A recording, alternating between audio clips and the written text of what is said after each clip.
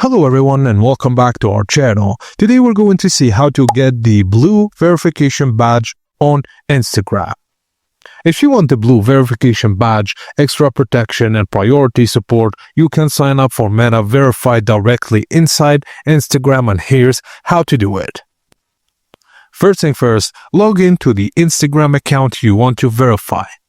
Then tap on your profile picture in the bottom right corner to open your profile page.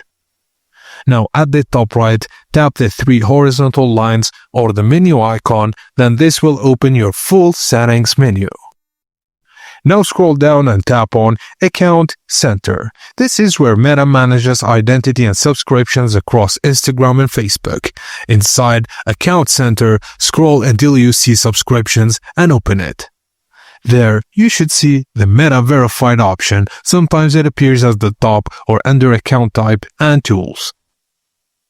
Just tap Meta Verified, then choose Unlock Benefits.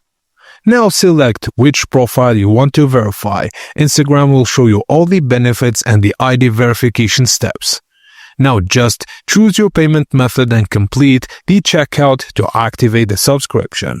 After you submit it, the blue verification badge usually appears within 48 hours once the payment is made.